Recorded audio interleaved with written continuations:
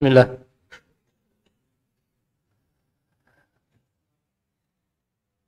Baik.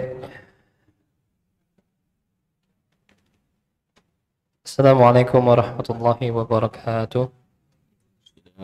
Alhamdulillah wassalatu wassalamu ala Rasulillah wa ala alihi wa ashabihi wa mawalah wa la hawla wa la quwata illa billah. Jamaah rahimani wa rahimakumullah.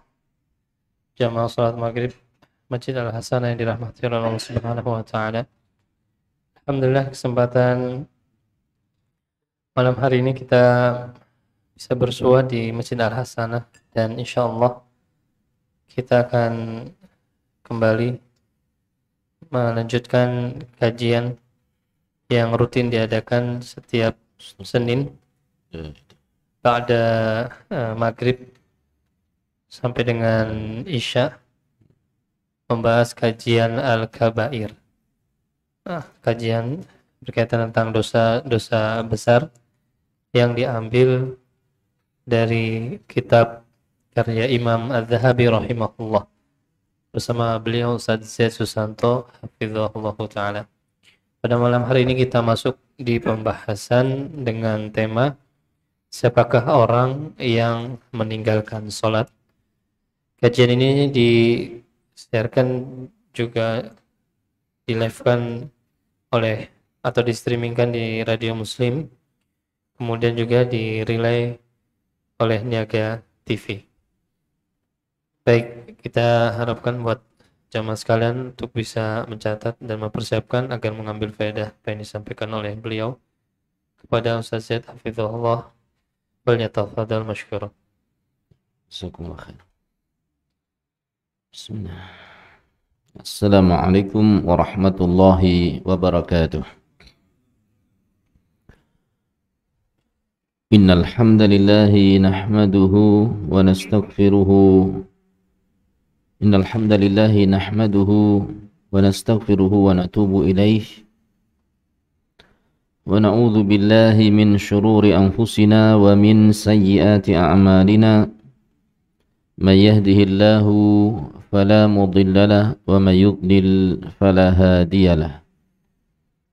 Wa ashhadu an la ilaha illallah wahdahu la syarika lahu. Wa ashhadu anna Muhammadan abduhu wa rasuluhu sallallahu alaihi wa ala alihi wa ashabihi wa man tabi'ahum bi ihsan ila yaumil qiyamah wa sallama tasliman katsira, amma ba'd.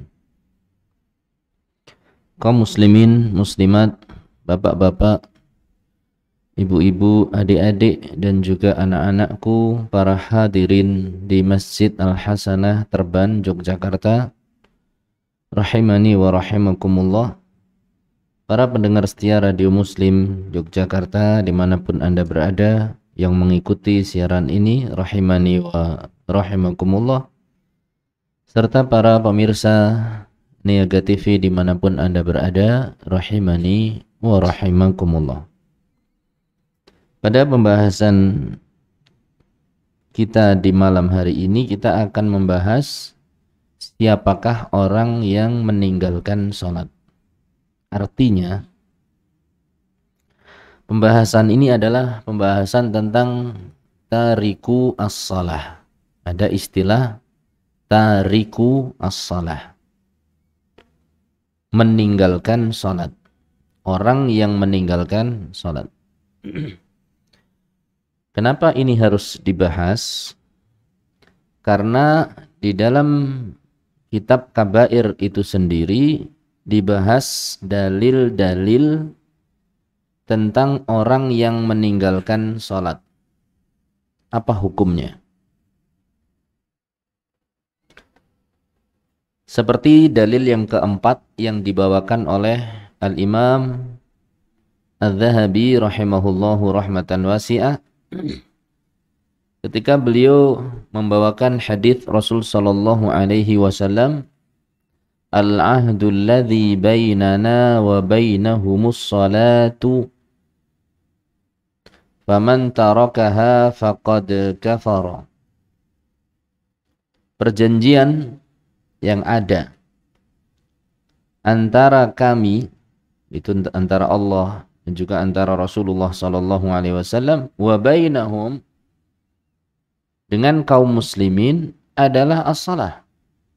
Allah meminta kaum muslimin untuk menegakkan salat. Rasul sallallahu alaihi wasallam juga memerintahkan umatnya untuk salat. Ini adalah sebuah perjanjian. Perjanjian kita dengan Allah adalah salat. Perjanjian kita dengan Rasulullah sallallahu alaihi wasallam adalah salat. Faman tarakaha, maka barang siapa yang tarakaha, barang siapa yang meninggalkannya, maka faqad kafara, maka dia pun kafir. Ini sengaja saya pakai kata-kata asli di dalam hadis ini supaya kita lebih perhatian. Jadi dalam hadis ini ada hukum kafir untuk orang-orang yang meninggalkan salat. Ini yang perlu kita camkan. Kemudian juga hadis yang selanjutnya ketika mu'alif menukil sabda Rasul sallallahu alaihi wasallam, bainal abdi wa bainas syirki tarkus salati. Batas antara seorang hamba muslim dengan kesyirikan itu adalah apakah dia meninggalkan salat ataukah tidak. Kalau dia meninggalkan salat, kalau dia mengerjakan salat, muslim. Kalau dia meninggalkan salat, maka dia masuk ke dalam orang-orang di luar Islam. Ini diperjelas dengan lafadz yang lain. Bainal abdi wa bainas syirki wal kufri tarkus salah. Batas antara seorang hamba muslim dengan kesyirikan dan kekufuran adalah meninggalkan salat. Artinya, kalau dia mengerjakan salat, muslim. Kalau dia meninggalkan salat, dia masuk ke dalam kekufuran. Nah, dari hadis-hadis ini akhirnya kita mungkin bertanya-tanya, siapa orang yang disebut telah meninggalkan salat? Ini perlu kita bahas. Karena untuk kehati-hatian di dalam atau untuk kejelasan di dalam menghukumi. Ini orang meninggalkan sholat tapi masih dihukumi muslim atau enggak? Sebatas apa seorang itu dikatakan meninggalkan sholat sehingga kafir? Kita kemarin sudah bahas bahwa orang yang meninggalkan sholat itu ada dua kelompok. Yang pertama, kelompok yang disepakati kekafirannya oleh para ulama. Yaitu siapa? Orang yang meninggalkan sholat karena mengingkari kewajiban sholat. Ya. Taraka sholah jahidan biwujubiha. Orang tersebut meninggalkan sholat karena mengingkari kewajiban sholat. Ini dia mengatakan bahwasanya sholat 5 waktu enggak wajib. Maka orang ini sepakat ulama karena dia mengingkari sebuah kewajiban di dalam agama Islam, maka orang ini adalah kafir. Kalau kita tanya orang, kamu kok nggak sholat? Kenapa? Sholat itu kan nggak wajib. Ya. Padahal dia sudah tahu dalil-dalil tentang kewajiban sholat, tapi tetap dia katakan sholat itu nggak wajib. Apalagi untuk kalangan kami. Siapa itu? kalangan orang-orang yang sudah makrifat, dekat dengan Allah. Makomnya beda. Ente makomnya masih sholat, kita sudah nggak wajib sholat.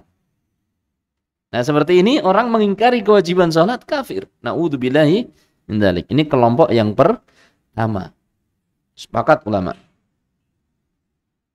Bahkan dalam ibadah-ibadah yang kalau meninggalkannya sesungguhnya tidak kafir, tapi dia ternyata mengingkari kewajibannya. Kayak misal puasa, kayak misal zakat. Kalau dia mengingkari kewajibannya, kewajiban puasa tidak wajib kata orang tersebut misalnya, maka dia tetap jatuh dalam kekafiran. Apalagi ini sholat. Yang jelas-jelas ada dalilnya, yang meninggalkan adalah kafir. Ini kelompok yang pertama, orang yang mengingkari kewajiban sholat.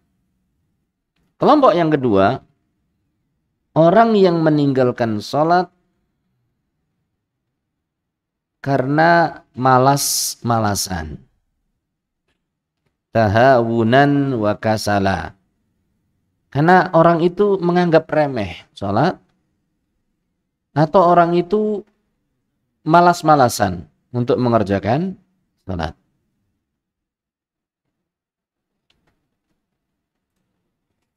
Orang ini dalam kelompok dua terbagi. Nah ini para ulama pada kelompok dua ini, pada dua kelompok yang kedua ini berbeda pendapat. Apakah mereka kafir ataukah tidak kafir? Mereka meninggalkan sholat, tapi alasannya karena apa? Malas. Mereka tahu sholat itu wajib, tapi malas. Mereka tahu sholat itu wajib dan mereka meyakini sholat itu wajib, tapi aras-arasan. Mereka tahu dan meyakini kewajiban sholat, tapi meremehkan. Menunda-nunda, bahkan sengaja meninggalkan. Tetap mereka yakin sholat itu wajib, tapi meninggalkan. Nah, orang jenis ini terbagi menjadi dua kelompok. Munculnya dua kelompok ini karena ulama berbeda pendapat. Sehingga mereka berusaha mengelompokkan orang jenis kedua ini menjadi dua kelompok. Supaya lebih mudah dalam menghukumi. Sebagian ulama untuk lebih mudah menghukumi diperinci. Siapa saja kelompok kedua ini? Satu, orang yang enggak sholat sama sekali. Sama sekali enggak pernah sholat. Kalau ditanya, kenapa kamu enggak sholat? Apa sholat itu enggak wajib? Wajib. Tapi kok enggak sholat? Ya, males. Dia tahu wajib. Tapi sama sekali enggak sholat. Seumur dia.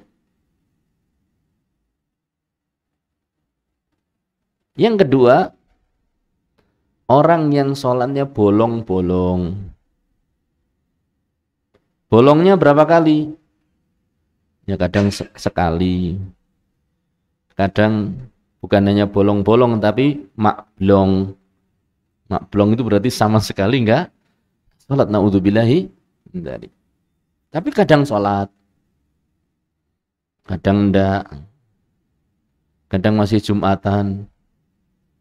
Ini dibilang enggak sholat tapi Jumatannya teko. Kalau Jumatan datang. Atau Jumatan enggak datang. Kadang tungul. Ya, kalau ada acara apa, datang ke masjid sholat. Nanti kalau enggak ada acara, enggak sholat lagi. Jadi masih bolong.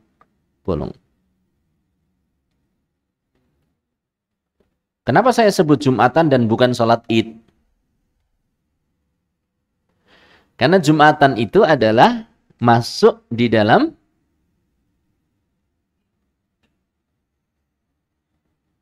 hitungan 5 sholat dalam sehari. Beda dengan sholat Id. Salat itu kan salat tahunan. Tidak masuk hitungan lima salat. Baik. Nah, untuk kelompok yang kedua ini, ulama berbeda pendapat. Ini, apakah orang yang bolong-bolong kayak gini, ataukah orang yang sama sekali nggak sholat? Mana yang disebut sebagai orang yang meninggalkan sholat? Apakah yang tidak sholat sama sekali, atau yang masih bolong-bolong juga disebut sebagai orang yang meninggalkan sholat yang kita hukumi kafir? Mana orang yang kita hukumi kafir? Kalau yang kelompok yang pertama tadi jelas mengingkari kewajiban sholat. Nah yang kedua ini mana yang kita hukumi kafir? Apakah orang yang tidak sholat sama sekali? Apa orang yang bolong-bolong juga kita hukumi kafir? Ulama berbeda pendapat. Sebagian mereka mengatakan bahwa seseorang itu menjadi kafir, dihukumi kafir dengan meninggalkan satu sholat saja. Ngeri nih gini. Sengaja meninggalkan satu sholat saja secara sengaja sampai keluar dari waktunya, maka dia kafir. Satu sholat saja. Contoh, ini menurut ulama, bahkan ini yang dikuatkan oleh fatwa Lajnah Daimah yang dipimpin saat itu oleh Syekh bin Baz rahimahullah. Rahimahullah mautahum, rahimallahu mautahum, wa hafidhallahul baqin. Kemudian yang sudah meninggal dari kalangan ulama kita dirahmati oleh Allah, dan yang masih hidup dijaga oleh Allah. Fatwa Lajnah Daimah mengambil pendapat ini, bahwa siapa saja yang meninggalkan sholat satu saja secara sengaja, satu saja secara sengaja sampai keluar dari waktu. Ada 3 poin ya. 1, sengaja keluar dari waktu, maka kafir. Contoh, orang yang sengaja meninggalkan sholat subuh sampai kapan waktu subuh berakhir? Sampai matahari terbit. Sengaja. Jadi kalau bangun subuh yang tenguk, mana tenguk, duduk, lihat jam. Dia sudah bisa sholat, tapi lihat jam, masih jam 5, masih jam 6. Sampai matahari terbit. Ini sengaja berarti. Tidak ada alasan darinya untuk meninggalkan sholat, melainkan dia sengaja nggak sholat. Betapa banyak orang yang seperti ini bisa bangun sebelum subuh, tapi digunakan untuk yang lain. Sampai subuhnya belandang, keluar dari. Akhirnya kalau sudah keluar waktu, sudah padang jinglang, malu untuk sholat. Takut kalau dibilang sama temannya, sholat apa kamu? Subuh. Subuh kok wis padang. Malu. Daripada malu, sudah. Bablas. Dia sengaja tadi itu. Sengaja nggak sholat sampai keluar waktu. Ini contoh. Meninggalkan sholat subuh sengaja. Meninggalkan sholat subuh sengaja sampai keluar waktu. Jadi ada poin-poin gini. Kalau belum sampai keluar waktu berarti belum meninggalkan. Kalau nggak sengaja berarti nggak meninggalkan. Bangun subuh dikiranya maghrib atau isya. Saya sudah sholat isya kok. Ya kan? Tapi kok tahu tiba-tiba Bekernya bunyi jam 7 waktu kerja. Subhanallah. Subuh ternyata. Dikiranya apa? Waktu Isya. Yang seperti ini berarti ma'dzur. Mendapatkan apa? Udzur. Mendapatkan maaf. Berarti tidak masuk satu saja, sengaja, sampai keluar waktu. Ulama hati-hati sekali. Ya. Walaupun mereka menetapkan satu saja, tapi disyaratkan apa? Sengaja. Dan sampai keluar waktu. Itu subuh misalnya. Sekarang kalau zuhur. Orang meninggalkan sholat zuhur. Sengaja. Sampai keluar waktu. Kapan keluar waktu sholat zuhur? Ini yang jadi masalah. Kata ulama, yaitu sampai terbenamnya matahari. Pada asalnya, waktu zuhur itu adalah sampai bayang-bayang sebuah benda sama dengan panjang benda aslinya. Di waktu normal. Ketika matahari berada di garis persis di khatulistiwa. Jadi kalau dia berdiri di atas itu bayang-bayang apa? Kalau matahari pas persis di atas itu benda nggak punya bayangan. Kalau dia bergeser sampai bayangan itu sama dengan bendanya, itu akhir salat zuhur. Begitu bayangan benda lebih panjang dari bendanya, masuklah waktu asar. Itu pada asalnya akhir zuhur begitu. Cuma bagi orang yang udzur tergesa, dia masih bisa menggabungkan sholat zuhur sampai waktu asar selesai. Misal dalam kasus seorang wanita mengalami haid. Kemudian waktu zuhur masih haid. Sudah dia cek. Ya, masih ada bercak darah atau athar-athar bekas-bekas darah. Begitu akhir asar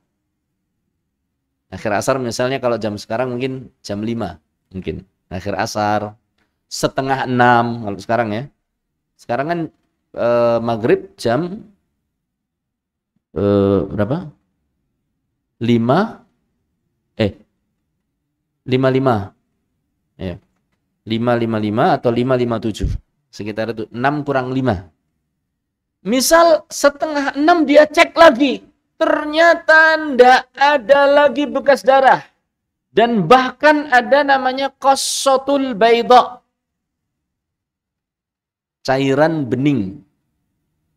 Yang keluar di akhir haid. Maka dia segera mandi. Kemudian dia segera sholat zuhur dan asar. Walaupun ini juga ada perbedaan pendapat ya. Ada yang mengatakan cukup zuhur saja. Cukup asar saja. Tapi untuk kehati-hatian, orang yang suci di waktu itu, maka dia sholat zuhur. Dan wanita tersebut juga sholat asar. Ini waktu zuhur berarti. Nah, ini orang yang tadi kita bahas itu, dia meninggalkan sholat zuhur sengaja. Sampai waktu zuhur habis, sampai waktu asar habis. Sengaja. Maka orang ini kafir menurut pendapat kelompok yang pertama. Satu sholat saja. Apalagi ditambah 2 sholat ini. Zuhur plus asar. Sengaja. Na'udzubillahi min dzalik. Itu tentang sholat apa? Zuhur. Meninggalkan sholat zuhur sengaja sampai keluar dari waktunya. Kenapa kita harus bicara tentang waktu sholat di sini? Karena ini kaitannya dengan hukum. Kapan kita menghukumi orang itu dikatakan sebagai tariku as-shalah? Orang yang meninggalkan sholat yang dihukumi oleh agama sebagai kafir menurut pendapat yang pertama. Jadi harus tahu. Jadi kalau orang itu sengaja meninggalkan sholat duhur, kemudian dia mengerjakannya, ternyata sadar ngerjakannya di waktu apa? Asar. Belum dihukumi sebagai orang yang meninggalkan sholat. Tobat dia di waktu asar. Ya. Segera ingat. Akhirnya dia sholat duhur di waktu masih kesempatan sholat asar. Ini belum dihukumi kafir oleh kelompok yang pertama. Kapan dihukumi kafir? Kalau bablas sampai selesai asar, masuk ke waktu maghrib. Subuh sudah. Duhur sudah. Tinggal apa? Maghrib. Nah, duhur asar kan jadi satu ya. Maghrib. Orang meninggalkan maghrib. Sengaja. Sampai keluar waktu sholat isya. Karena biasanya maghrib bisa dikumpulkan bersama dengan isya. Berarti dia dikatakan meninggalkan sholat maghrib sengaja kalau waktu isyanya sampai habis. Jadi sampai waktu isya habis, dia belum sholat. Ya, belum sholat. Kapan dikatakan selesai keluar waktu sholat isya? Waktu sholat isya selesai bagi orang yang dalam kondisi umum itu ila nisfil laili. Wa waktul isya, kata Rasul sallallahu alaihi wasallam, dan waktu sholat isya adalah ila nisfil laili, sampai pertengahan malam. Bagi orang yang terpaksa, terdesak, ternyata belum bisa mengerjakan sholat isya, sampai datangnya waktu subuh. Berarti kalau bablas, nggak sholat maghrib, sengaja bablas sampai adzan subuh, berarti dia telah meninggalkan satu sholat, yaitu maghrib, ditambah juga dengan sholat apa tadi? Isya, maka dihukumi sebagai kafir menurut pendapat yang pertama. Dan ini yang difatwakan oleh fatwa Lajnah Daimah di bawah pimpinan Syekh bin Baz. Ini ngeri ya berarti. Ngeri banget ini. Satu sholat sengaja. Allahumma musta'an. Ya. Ini kelompok yang pertama atau pendapat ulama yang pertama. Pendapat yang kedua. Ya, pendapat yang pertama tadi ya. Dikatakan kafir. Dikatakan sebagai orang yang meninggalkan sholat. Dan dihukumi kafir. Bila apa tadi? Meninggalkan satu sholat saja. Sengaja. Sampai keluar dari waktunya. Dan tentang waktu sudah kita bahas. Kalau duhur ya berarti sampai selesainya asar. Kalau subuh sampai terbit matahari. Kalau maghrib sampai datangnya waktu subuh. Pendapat yang kedua. Seorang itu tidak dihukumi kafir sampai dia meninggalkan sholat selama-lamanya. Semua sholat dan selama-lamanya. Baru dihukumi apa? Kafir. Misal dia hidup setelah baligh. Kan hukumnya setelah apa? Baligh. Baligh umur 15. Dari umur 15 dia bertahan hidup. Dia tadinya muslim. Keluarganya muslim. Sekolahnya juga di Islam. Ikut TPA. Naudzubillah min dzalik. Kemudian dia nggak sholat. Ke TPA, ada pengajian ya ikut pengajian. Bahkan setelah balik masih ikut pengajian. Nek diundang pengajian nggih, pengajian. Diundang Al-Kahfian ya Al-Kahfian.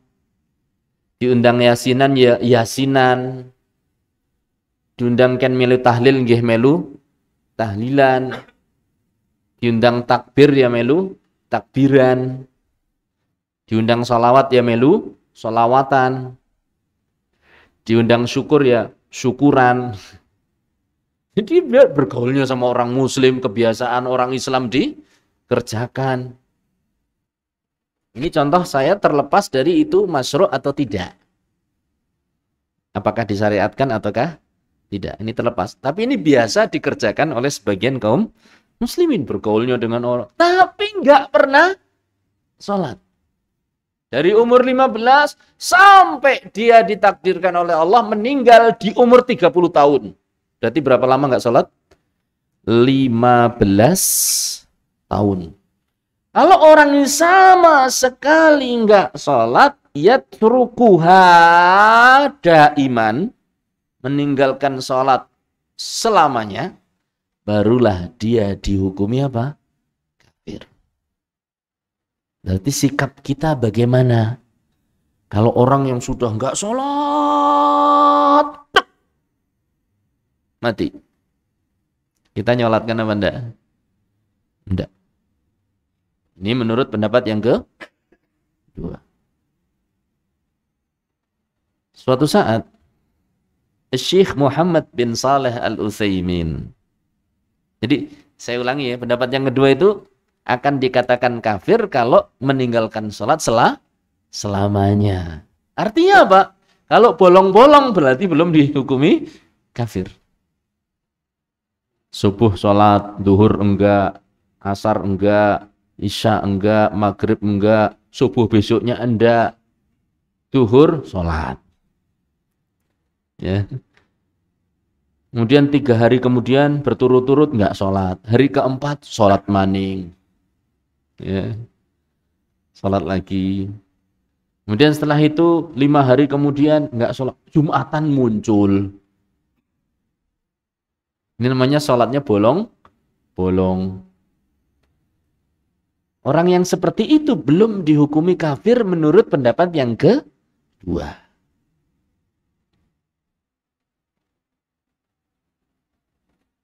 Suatu saat Syekh Muhammad bin Saleh Al-Utsaimin ditanya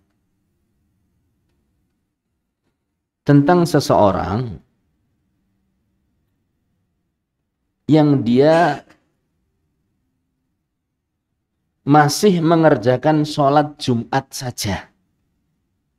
Orang tidak pernah sholat 5 waktu, tapi kalau Jumatan datang.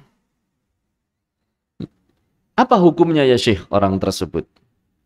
Maka Syekh Muhammad bin Saleh Al-Utsaimin dia menegaskan kembali, benarkah orang itu tidak sholat kecuali Jumat saja? Maka yang kemudian beliau bertanya, limadza la yusalli ilal Jum'ah? Kenapa kok dia masih sholat Jumat? Enggak mau sholat yang lain, tapi sholatnya Jumat saja. Kata orang yang bertanya, ya itu mungkin jadi kebiasaan dia saja ya Syekh. Kebiasaan. Ya itu biasanya dia kalau Jumat datang. Kata Syekh, kalau memang itu adalah kebiasaan, maka saya yakin bahwa orang itu ketika melakukan sholat Jumat tidak berniat ibadah. Karena kebiasaan.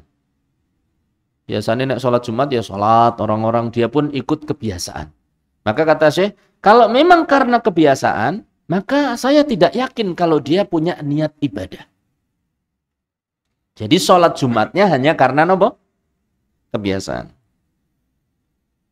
Walihada yusallil Jumat adatan. Maka orang itu bisa dipastikan, kata Syekh, Sholat Jumatnya adalah karena kebiasaan. Kebiasaan apa? Ya kalau Jumat, ya biasa pakai baju yang bagus, kayak minyak wangi, kata Syekh. Kemudian pergi ke dalam sholat. Maka orang ini berarti melakukan sholat Jumatnya karena kebiasaan. Kemudian Syekh Utsaimin mengatakan, wa in kuntu ana ara annahu la yakfur illa man taraka salata nihaiyan. Meskipun saya meyakini bahwa Jumatannya dia itu hanya sekedar kebiasaan, tapi menurut pendapat saya, dia belum dihukumi kafir. Jadi masih apa? Muslim. Kecuali kalau orang ini babar blas, sama sekali nggak sholat. Illa man taraka as-shalah nihaiyan. Jadi kalau ada seseorang meninggalkan sholat sama sekali 5 waktu plus sholat Jumat. Artinya, kata Syekh, asyukku fi islami hadzal rajul. Saya tidak katakan dia kafir. Orang yang tadi, Jumatan tok karena kebiasaan. Saya nggak katakan dia kafir, tapi saya meragukan keislamannya. Ini Syekh siapa? Utsaimin, penganut pendapat yang kedua, yang mengatakan bahwa seorang itu tidak dihukumi kafir kecuali kalau meninggalkan seluruh sholat selamanya. Kata Syekh, fa'ana asyukku fi kauni hadza baqiyan alal Islam. Saya ragu-ragu apakah orang ini masih di atas Islam ataukah tidak. Yani saya meragukan keislaman orang ini, tapi saya nggak berani mengkafirkannya. Kenapa Syekh Utsaimin sampai berpendapat bahwa yang kafir itu adalah orang yang meninggalkan sholat sama sekali? Berdasarkan hadis yang kita baca tadi. Ya. Kenapa Syekh Utsaimin tidak mengkafirkan seorang yang meninggalkan sholat, kecuali bagi orang yang meninggalkan sholat sama sekali, karena berdasarkan hadis yang kita baca tadi, yaitu diantaranya adalah sabda Rasul Sallallahu Alaihi Wasallam, bainar rajuli wa bainas syirki wal kufri tarku as-shalah.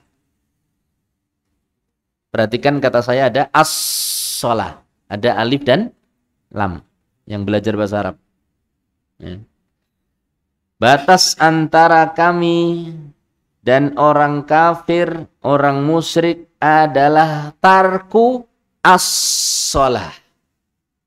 Pakai alif dan lam. Artinya apa? Batasnya adalah ketika seorang itu meninggalkan as-shalah. Seluruh salat. Beda kalau Nabi Shallallahu Alaihi Wasallam mengucapkan tarku salatin, nggak pakai as.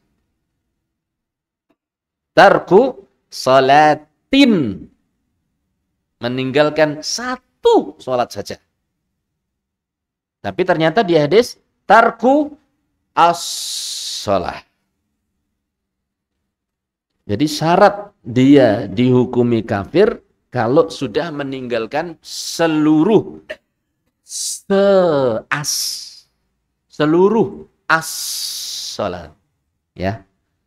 Ini faedah dari beliau rahimahullahu rahmatan wasi'ah. Walaupun tentang pendapat orang yang tadi apa? Jumatan tadi. Enggak salat sama sekali kecuali apa? Jumatan. Beliau meragukan keislaman orang itu. Tapi dia tidak menghukumi kafir. Kemudian beliau mengatakan, adapun syekh kami, kata Syekh Muhammad bin Shalih Al-Utsaimin, adapun syekh kami, yaitu siapa? Syekh bin Baz. Adapun guru kami, yaitu Syekh bin Baz. Maka menurut beliau, orang yang seperti itu kafir. Kenapa kita bahas ini? Untuk mengambil kehati-hatian untuk diri kita.